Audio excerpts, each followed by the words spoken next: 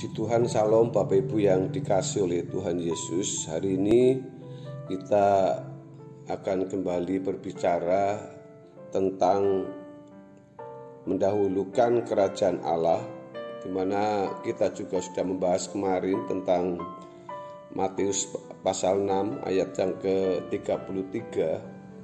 Hari ini saya akan melanjutkan tentang terselenggaranya kehidupan yang mendatangkan atau menghadirkan kerajaan Allah.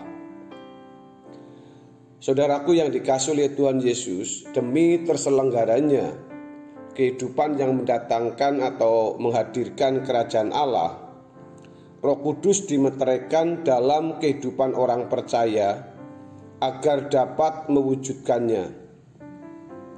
Roh Kudus inilah yang menuntun kehidupan orang percaya agar dapat mencapainya. Tuntunan ini membawa orang percaya kepada pengalaman kelahiran baru. Ini menunjuk titik awal dari kehidupan yang mendatangkan atau menghadirkan kerajaan Allah. Sampai taraf ini, seseorang benar-benar dapat mengenakan kodrat ilahi atau mengambil bagian dalam kekudusan Allah. Tanpa kelahiran baru, seseorang tidak akan pernah memiliki kehidupan yang mendatangkan atau menghadirkan kerajaan Allah. Inilah masalah pelik dewasa ini. Banyak orang Kristen kelihatannya sudah bertobat, tetapi sebenarnya pertobatannya tidak signifikan mengubah kehidupannya untuk mengalami kelahiran baru. Pertobatan seperti itu adalah pertobatan semu. Pertobatan haruslah proses setiap hari, di mana seseorang meninggalkan cara hidupnya yang lama sampai pada pengalaman konkret kelahiran baru. Saudara, kekristenan bukan sekedar agama, melainkan jalan hidup yang hanya bisa dikenakan oleh segelintir orang yang benar-benar mengalami kelahiran baru sehingga mengenakan kodrat ilahi atau mengambil bagian dalam kekudusan Allah yang memungkinkan seseorang sempurna seperti Bapa atau serupa dengan Yesus. Orang-orang seperti ini adalah mereka yang layak disebut anak-anak Allah, dan yang pasti adalah mereka dapat memiliki kehidupan yang mendatangkan atau menghadirkan kerajaan Allah. Mereka adalah orang-orang yang tidak berharap kebahagiaan hidup dari dunia ini. Ketika seseorang tidak berharap kebahagiaan hidup di dunia, maka barulah dapat menikmati damai sejahtera Allah yang melampaui segala akal.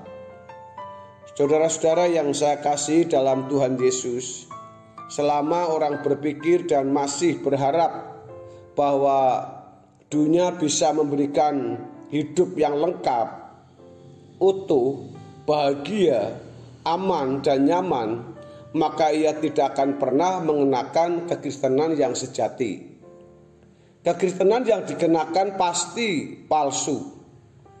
Tentu saja orang-orang seperti ini tidak dapat memiliki kehidupan yang mendatangkan atau menghadirkan kerajaan Allah.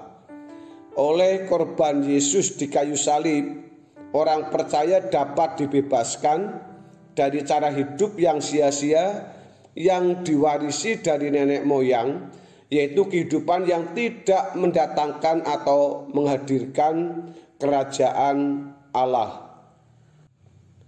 1 Petrus 1 ayat yang ke-18 mengatakan, sebab kamu tahu bahwa kamu telah ditebus dari cara hidupmu yang sia-sia, yang kamu warisi dari nenek moyangmu, itu bukan dengan barang yang fana, bukan pula dengan emas atau perak, melainkan dengan darah yang mahal, yaitu darah Kristus yang sama dengan darah anak domba yang tak bercacat, tak bernoda, dan tak bercacat. Itulah sebabnya lebih dari menggumuli untuk mencapai segala hal yang diharapkan dapat membahagiakan diri dari dunia ini, orang percaya harus berjuang untuk mendatangkan atau menghadirkan kerajaan Allah ini, yang berarti juga perjuangan untuk hidup dalam ketaatan kepada Allah Bapa dan menjadi kudus dalam seluruh kehidupannya. Jelas dikatakan dalam ayat sebelumnya, di dalam 1 Petrus pasal 1 ayat yang ke-14 sampai ayat yang ke-16, mengatakan, hiduplah sebagai anak-anak yang taat dan jangan turuti hawa nafsu yang menguasai kamu pada waktu kebodohanmu, tetapi hendaklah kamu menjadi kudus di dalam seluruh hidupmu, sama seperti Dia yang kudus yang telah memanggil kamu. Sebab ada tertulis, kuduslah kamu sebab aku kudus. Dalam bagian kemarin yang sudah kita bahas tentang Matius 6 ayat 33, Yesus mengatakan agar orang percaya mencari dahulu kerajaan Allah dan kebenarannya. Untuk memahami makna orisinil ayat ini, harus terlebih dahulu melihat konteks di mana ayat ini terletak.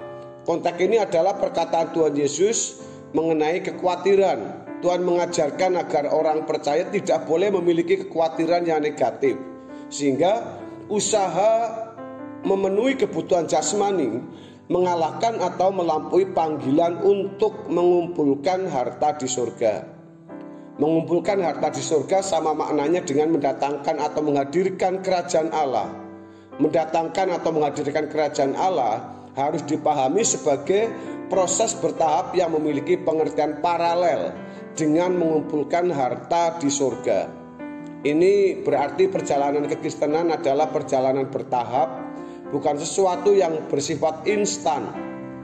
Dalam hal ini dibutuhkan ketekunan orang percaya dalam menjalani kekristenannya. Kekristenan bukan perjalanan waktu yang hanya 1-2 tahun, bahkan lebih dari belasan atau puluhan tahun, tetapi sepanjang umur hidup dalam pergumulan dan setiap saat. Saudara, mengumpulkan harta di surga artinya melakukan segala sesuatu yang menyenangkan hati Bapa melalui setiap kata yang diucapkan, pilihan, keputusan, dan semua tindakan. Semua yang menyenangkan hati Bapa seakan-akan diarsipkan menjadi akumulasi dari kekayaan kekal yang dimiliki seseorang. Kalau seseorang mendatangkan atau menghadirkan kerajaan Allah yang akhirnya hidup dalam pemerintahan Allah, yaitu selalu melakukan segala sesuatu sesuai dengan pikiran dan perasaan Allah, maka irama hidup seperti ini adalah irama mengumpulkan harta di surga. Dengan demikian, hanya orang percaya yang memiliki kehidupan yang mendatangkan atau menghadirkan kerajaan Allah yang dalam kehidupannya mengumpulkan harta di surga. Orang percaya harus menerima hal ini sebagai satu-satunya agenda dalam hidup. Saudara yang dikasihi oleh Tuhan Yesus Kristus, orang percaya tidak boleh memfokuskan diri pada objek lain selain satu, yaitu mendatangkan atau menghadirkan kerajaan Allah, atau sama dengan mendahulukan kerajaan surga. Kerajaan surga memiliki pengertian pemerintahan Allah hari ini melalui Roh Kudus dan perwujudannya secara fisik nanti di langit baru dan bumi yang baru.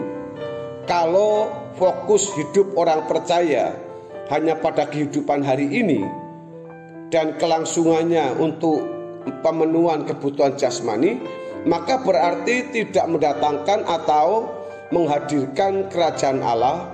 Di sini letak perbedaan mencolok antara orang percaya dan mereka yang tidak percaya kepada Tuhan. Saudara-saudara yang dikasihi oleh Tuhan Yesus, untuk ini mari kita bersama-sama mulai hari ini memiliki satu tekad, satu kerinduan untuk bisa mendatangkan kerajaan Allah dalam setiap kehidupan kita, yaitu dengan cara kerajaan Allah yang memimpin kita, yaitu dengan pimpinan Roh Kudus yang selalu memimpin dalam setiap kehidupan kita. Jadi kalau kita memang memberikan pemerintahan Allah hari ini, yaitu Roh Kudus dan perwujudannya secara fisik baru akan terjadi di langit yang baru dan bumi yang baru. Maka fokus hidup kita saat ini, mari kita bersama-sama memberikan fokus dan tujuan hidup kita untuk mengumpulkan harta di surga, supaya pada waktunya kita bisa bersama-sama untuk hidup di dalam kerajaan Allah. Olehnya Bapak Ibu, mari kita memang untuk menjalani ini bukan hal yang mudah, bukan hal yang gampang. Ini butuh satu perjuangan, ya, harus dicari, harus ada sesuatu yang harus kita korbankan untuk kerajaan Allah ini, saudara. Maka keselamatan yang sudah Tuhan berikan melalui pengorbanan Tuhan Yesus Kristus yang akan menjadi sarana dalam hidup kita untuk masuk dalam kerajaan Allah akan tergenapi kalau kita sungguh-sungguh mencarinya dengan perjuangan. Bapak Ibu, demikian kiranya kebenaran firman Tuhan hari ini memberkati saudara dan saya. Haleluya. Amin.